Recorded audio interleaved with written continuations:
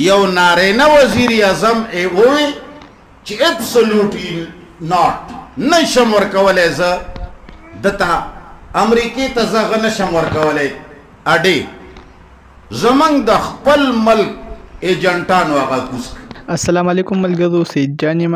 ملګرو، مفتي منیر شاکر صاحب د عمران خان په اړه باندې څه وایي؟ یعنی مفتي منیر شاکر صاحب څه بیان ورکړی دی، څنګه چا ګرفتار شوی، تاسو ته پته ده دغه کیسونه بیا هم دي.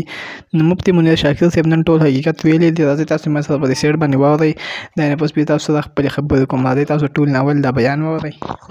زمونږ وطن کې زمونږ په ملک کې یو نارینه وزیر اعظم ووی چې ابسولوټلی ناٹ نشم ورکولی زه دته امریکې ته زه هغه نشم ورکولی اډې زمونږ د خپل ملک ایجنټانو هغه کوز او نن یې ورباندې څه لوبه راغستې ده. ولې ذلیل یو؟ وجه څه ده؟ صرف دومره ده چې مونږ قرآن نه دی منلی.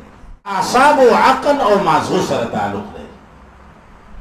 او قرآن وایي چې څوک وایي چې په پیغمبر جادو شوی دی ظالم دی، ګمراه دی، د لارې نه خطا دی.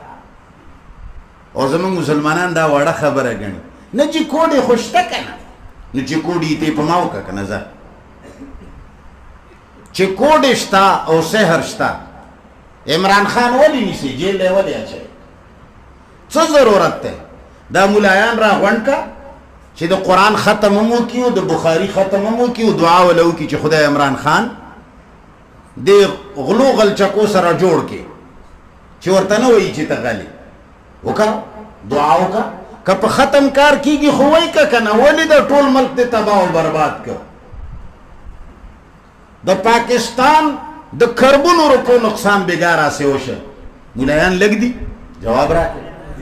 تعویزګر لږ دي؟ ښه ملګرو، تاسو واورېدلو چې دغسې مفتي منیر شاکر صاحب ټول حقیقت ښکاره کړلو، ځکه چې یو انسان دی او دغسې هغه ته ټول په ډله شوي دي. یعنې چې که څوک حق وایي نو هغوی ته ټول دغسې په ډله شي. نو ملګرو، عمران خان صاحب یو صادقه حق سړی دی او دغسې دوی ټول پیړۍ ماته په ډله شوي دي.